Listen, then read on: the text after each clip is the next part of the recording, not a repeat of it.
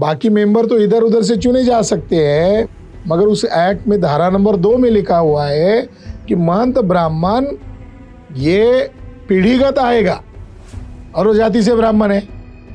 दूसरा, अंदर एक कर्मचारी है संजय मिश्रा, वो घंटा बजा रहा है मेन टेम्पल में जाकर, वो जाति से ब्राह्मण है। मेंबर के ये चेले और कह रहा है यीशु मंदिर है इसलिए मैं घंटा बजा रहा हूँ। वो वीडियो है, दुबे नामक ब्राह्मण, वो भी कर्मचारी है, वो कह रहा है ये 5 बुद्ध 5 पांडव है। 10 और 11 में ये मेंशन किया गया है ड्यूटीज क्या रहेगी बीटीएमसी की। तो उसमें ये ड्यूटी बताई गई है कि बौद्ध और हिंदू यात्रिकरियों का समुचित प्रबंधन करना, तो उसमें इंक्लूडिंग मान लिया हिंदू। दूसरा उन्होंने कहा कि पिंडदान का समुचित प्रबंधन करना, क्लॉज नंबर 11 में ये खास तौर पर मेंशन किया गया है। तो ये केवल ब्राह्मणों का कब्जा है ये इससे नहीं हुआ, ब्राह्मणों का कब्जा है और बाद में ये बात कंपलसरी कर दी गई कि वहां जो एंटी बुद्धिस्ट आइडियोलॉजी है उसका आप प्रैक्टिस करो। आवाज इंडिया टीवी में आपका स्वागत है। इस वक्त हमारे साथ खास मेहमान है डॉक्टर विलास खरात सर। डॉक्टर विलास खरात सर इन दिनों काफ़ी चर्चाओं में है, उन चर्चाओं की चर्चा हम बाद में करेंगे, लेकिन आज का महत्वपूर्ण मुद्दा है बोध गया महाबोधि महाविहार का मुक्ति आंदोलन। और इस मुक्ति आंदोलन में वो भी सहभागी है, अग्रणी रूप से उनकी भूमिका है। अभी वो बोध गया से ही नागपुर आए हैं और नागपुर आने के बाद हमने सोचा कि उनसे वार्तालाप करें। सर आपका बहुत बहुत स्वागत। धन्यवाद। बोध गया में जो आंदोलन चल रहा है और जो जगह थी प्रोटेस्ट साइट जो थी वो बदल के काफी दूर कर दी गई है। तो ये जो आंदोलन हो रहा है इस आंदोलन के बारे में बताइए, और ये प्रोटेस्ट साइट 2 किलोमीटर दूर होने से क्या उस पर कोई असर हो रहा है? पहली बात ये है कि वो आंदोलन माघी पूर्णिमा 12 फरवरी को तय हुआ था। अच्छा। और रात के 12 बजे पुलिस ने उस नोटिस देकर कहा कि आपको अनुमति नहीं है। अच्छा। और आंदोलनकर्ता साथियों ने कहा कि आप क्या करेंगे, ज़्यादा से ज़्यादा जेल डालेंगे, हम जेल भरेंगे कल, आपको करना अरेस्ट करो। तो पुलिस प्रशासन को लगा कि ये लोग तो डटे हुए हैं, इससे तो मामला और ख़राब हो जाएगा। अच्छा। तो उन्होंने मीटिंग के लिए कॉल किया। हाँ हाँ। तो जो आंदोलनकर्ता थे लगभग 500 लोग, वो सारे पुलिस चौकी में दाखिल हो गए। अच्छा। तो लगभग 2 घंटा तो बहस चल रही थी मीटिंग के नाम पर। और हमें ये सुनकर आश्चर्य लग रहा था कि जो पुलिस अधिकारी था और जो प्रशासकीय अधिकारी था वो ये कह रहा था कि यहाँ इंटरनेशनल मूवमेंट हो रही है, इंटरनेशनल गेस्ट आ रहे हैं, गेस्ट है, हाँ। तो आपके इस मूवमेंट से बीटीएमसी बदनाम हो जाएगी। तो हमने उनको कहा कि हमारी लड़ाई बीटीएमसी के खिलाफ है, सरकार के खिलाफ है, तो आप जो है उनका पक्ष क्यों ले रहे हो? सही बात है, हाँ। तो उनका जो अप्रोच था कि बीटीएमसी की इंटरनेशनल बदनामी होना मतलब भारत की बदनामी होना है। अच्छा। तो उनका अप्रोच हमें पता चला। तो उन्होंने कहा 2 दिन लेट बात करो। फिर हमने उनको कहा होगा नहीं, अभी ये माघी पूर्णिमा है, महत्वपूर्ण दिन है। तो उन्होंने कहा 2 दिन एडजस्ट करो। तो बगल में ही डॉक्टर बाबा साहब अम्बेडकर का स्टैचू था, जयप्रकाश नारायण उद्यान, उसके अंदर हमने शुरू किया। मगर पुलिस अधिकारी ने जो शर्त मान्य की थी उनका उन्होंने उसी दिन से पालन नहीं किया। अच्छा। तो उस आधार को देखकर हम 13 तारीख को बीटीएमसी के कार्यालय के सामने यानी एंट्रेंस गेट पर ही बैठ गए। और रात को ही हमने वो जगह ऑक्युपाई कर लिया। तो दूसरे दिन उनको हटाना मुश्किल हो गया। और दूसरे दिन सीएम आ रहे थे। तो हमारा दृष्टिकोण था कि जो उस स्टेट का प्रमुख जो है और उसके अधीन वो एक्ट है तो वो उसको कॉग्निजेंस ले। एग्जैक्टली। फिर हमारा आंदोलन वहाँ जारी हुआ, उन्होंने उपेक्षा किया, वहाँ के लोकल मीडिया को मैनेज किया ताकि ये खबर गया जिले में ना फैले।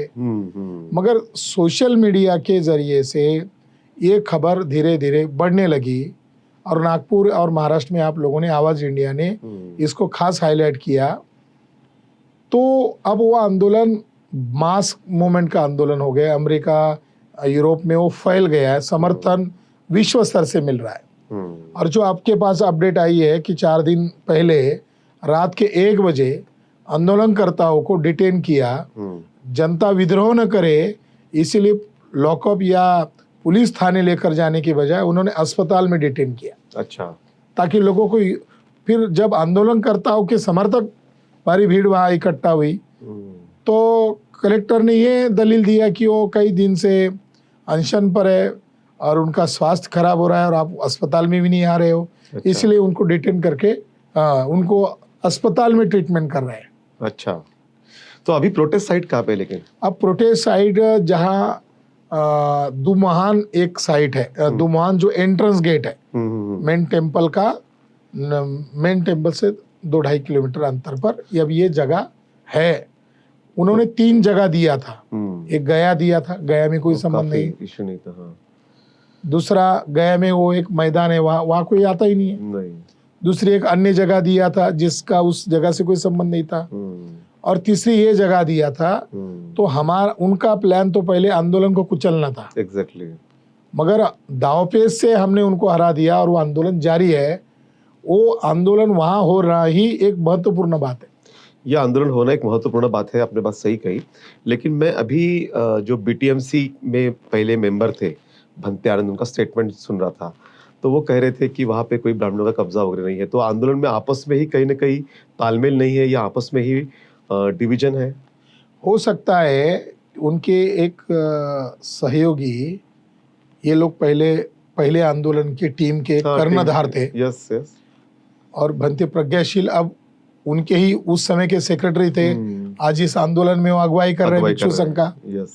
तो हो सकता है उनके मन में कोई भावना आई होगी, मगर आंदोलनकर्ता तो अधिक संख्या में भिक्षु संघ है, उनको ऐसा वक्तव्य नहीं देना चाहिए था। वो हमारे एक आदरणीय भिक्खु है, राइट।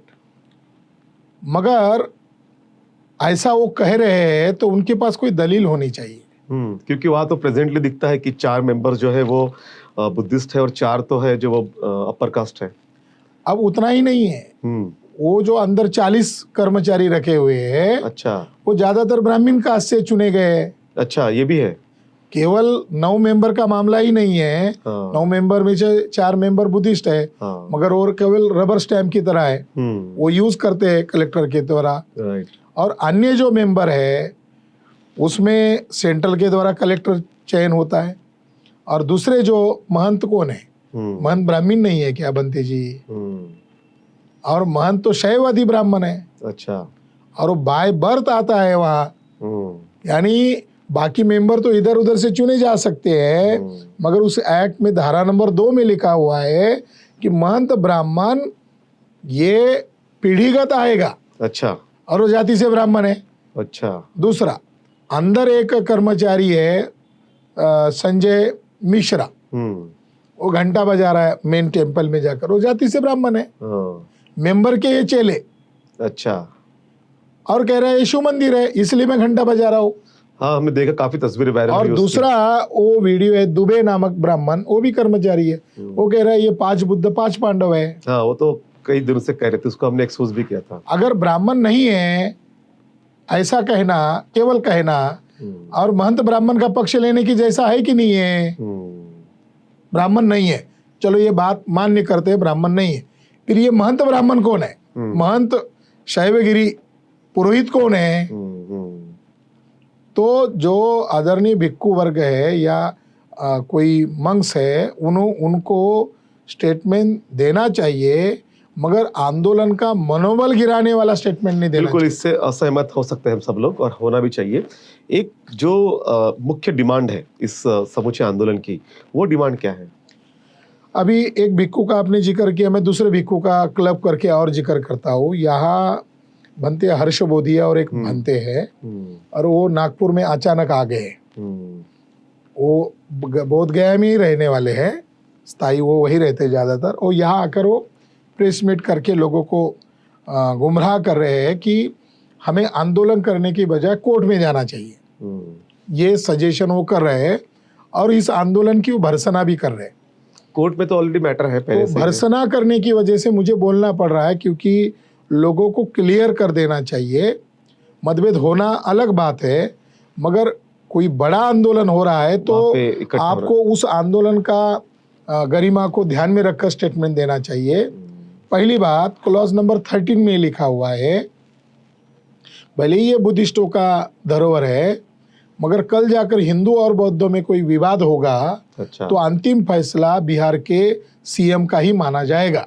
अच्छा तो 1949 को जो एक्ट जिन पंडितों ने ब्राह्मणों ने बनाया उसमें ये क्लॉज उन्होंने जोड़ा। इसका दूसरा अर्थ होता है कोर्ट अंतिम फैसला नहीं करेगा, सीएम ही अंतिम फैसला करेगा। अच्छा ये क्लॉज बता रहा है। अब इसका प्रैक्टिकल उदाहरण देखते हैं।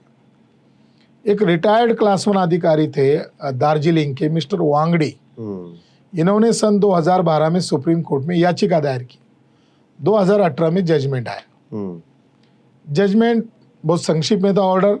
उसमें उस जज महाशय ने मिस इंटरप्रिट, बहुत चालाकी से इंटरप्रिट किया और कहा कि वो उनकी डिमांड थी कि सारे 9 के 9 मेंबर बुद्धिस्ट होने चाहिए। अब ये 2 कम्युनिटी को रखकर विवाद खड़ा कर रहे हो, तो एक ही कम्युनिटी का रखो, सारे के सारे बुद्धिस्ट रखो। तो जज महाशय ने कहा कि वो एक्ट बिहार लेजिस्लेचर असेंबली ने पारित किया है, इसलिए न्यायपालिका की मर्यादा है, हम उसमें हस्तक्षेप नहीं कर सकते और उस कानून को हम रद्द नहीं कर सकते। वो मुद्दे को छोड़कर कोई और कमियां होगी तो नए सिरे से एप्लीकेशन करो। अच्छा, जबकि उनका एक ही एजेंडा था कि इसमें विधर्मी लोग क्यों है, बुद्धिज्म के खिलाफ वाले लोग क्यों है। तो सुप्रीम कोर्ट ने वो याचिका को खारिज किया। ये उदाहरण है, तो नई याचिका डालने का क्या संदर्भ है। अभी आपने कहा कि क्या डिमांड है। डिमांड वही है कि विधर्मी लोगों का बोध गया पर जो नाजायज कब्जा है उसको हटाया जाए और जो 5 मेंबर जो एंटी बुद्धिस्ट है उन लोगों को हटाकर सारे के सारे, चाहे 9 मेंबर करो चाहे 25 मेंबर करो, नया एक्ट बनाओ या अमेंडमेंट करो। हमारी डिमांड तो पूरा एक्ट ही खारिज करने की है, केवल मेंबर का नहीं है उसमें मामला। वो एक्ट बहुत ही चालाकी से बनाया है, ये मेंबर खारिज करने चाहिए। उसमें क्लॉज नंबर 10 और 11 में ये मेंशन किया गया है ड्यूटीज क्या रहेगी बीटीएमसी की। तो उसमें ये ड्यूटी बताई गई है कि बौद्ध और हिंदू यात्रिकरियों का समुचित प्रबंधन करना, तो उसमें इंक्लूडिंग मान लिया हिंदू। दूसरा उन्होंने कहा कि पिंडदान का समुचित प्रबंधन करना। अच्छा, क्लॉज नंबर 11 में ये खास तौर पर मेंशन किया गया है। तो ये केवल ब्राह्मणों का कब्जा है ये इससे नहीं हुआ, ब्राह्मणों का कब्जा है और बाद में ये बात कंपलसरी कर दी गई कि वहां जो एंटी बुद्धिस्ट आइडियोलॉजी है उसका आप प्रैक्टिस करो। पिंडदान कब करते हैं, श्राद्ध होता है। हम देखे वीडियोस भी काफी देखे, वहां पे कुछ भंते जी भी उनको अपोज कर रहे थे। तो अभी जो ये आंदोलन चल रहा है तो उसकी रणनीति क्या है और कब तक ये आंदोलन चलेगा।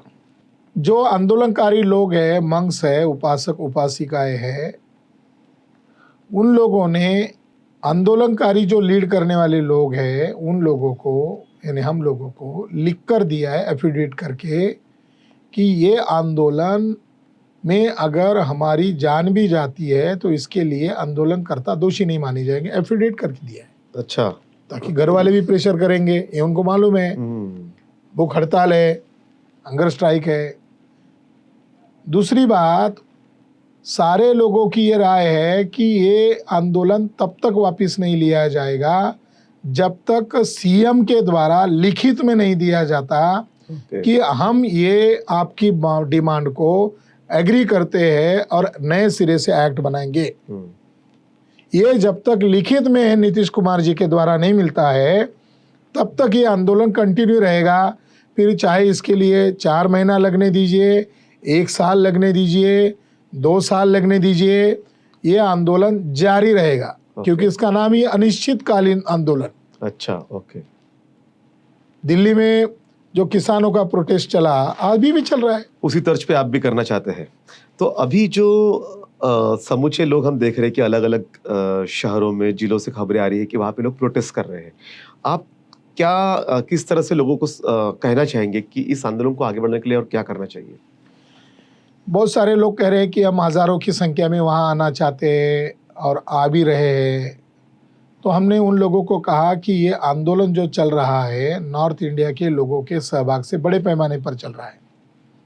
नागपुर से भी लोग कह रहे हैं कि हम ट्रैवल्स बुक कर रहे हैं और हम लोग वहाँ आएंगे, सप्ताह भर रुकेंगे, 10 दिन रुकेंगे। तो उन लोगों को धन्यवाद। मगर हम लोगों ने ये दूसरी रणनीति बनाई, जैसे वो हमारी टीम वहाँ काम कर रही है तो मेरे जैसे कुछ लोग अलग अलग स्टेट में जाकर मीटिंगें कर रहे हैं। मैं नागपुर में आया तो नागपुर का जायजा लेकर यहाँ हमें फ्यूचर रणनीति बनाना है और उन आंदोलनकारियों को समर्थन देना है। तो जो इंडिविजुअल लेवल पर आंदोलन चल रहे हैं, अलग अलग संस्थाओं के द्वारा डेली प्रोटेस्ट हो रहे हैं, तो उन लोगों के लिए हमने एक अभियान बनाया है कि संयुक्त रूप से आंदोलन हो। आपस में आपके मनमुटाव हो सकते हैं, मगर आंदोलन का खाका, आंदोलन का माध्यम संयुक्त रूप से हमारे बहुजन समाज में एकता होनी चाहिए। जैसे हमने एक बैनर बनाया है, महाबोधि महाविहार मुक्ति आंदोलन कृति समिति। इसके अंदर अभी सभी संस्थाएं इंक्लूड हो जाएगी।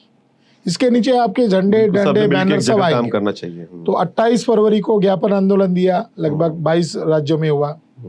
अभी 6 मार्च को ऑल इंडिया में धरना ज्ञापन आंदोलन है, धरना है, और 12 मार्च को रैली प्रदर्शन है। अच्छा, तो ये योजना हम कर रहे हैं, ने प्लान बनाया है। एक बात मैं इस आंदोलन की देख रहा था, जैसे कि आकाश लामा भी वहां पर है, लीड कर रहे हैं। पहले ये होता था कि शायद महाराष्ट्र के लोग जाके ज्यादा प्रोटेस्ट करते थे। इस बार हमने देखा कि अलग अलग देशों के विभिन्न हिस्से से लोग वहां आ रहे हैं। ये आंदोलन देशव्यापी आंदोलन है और इसके लिए लगभग वहाँ अलग अलग संस्थाएं, अलग अलग एरिया के लोग इन्वॉल्व हैं। लेह लद्दाख के लोग इन्वॉल्व हैं। अच्छा, और दार्जिलिंग के लोग, आसाम के लोग, त्रिपुरा के लोग, बंगाल के लोग, भिक्खू बरुआ, कई भिक्खू बरुआ है, बरुआ कम्युनिटी से। अच्छा, तो महाराष्ट्र के भी है। हाँ, मगर महाराष्ट्र में हमने फोकस किया है, वो यहाँ समर्थन मिलेगा, मगर प्रैक्टिकली लड़ाई जो मैदान में होगी वहाँ होगी। राइट। तो ये है वहाँ का आंदोलन का स्टेटस क्या है, किस तरह से रणनीति बनाई है, किस तरह से हम लोगों ने इसे सपोर्ट करना चाहिए। और सबसे इम्पोर्टेंट बात इस आंदोलन की ये है कि किसी भी तरह के मनमुटाव, मतभेद हो सकते हैं, लेकिन मनभेद नहीं होने चाहिए। सबने मिलकर ये जो आंदोलन बोधगया में चल रहा है, इसको सपोर्ट करना चाहिए। और इसके सपोर्ट के माध्यम से ही सरकार को ये दबाव बनेगा कि ये जो आंदोलन है पूरे भारतवर्ष में तेज हुआ है, विदेशों में भी इसकी दखल ली गई है।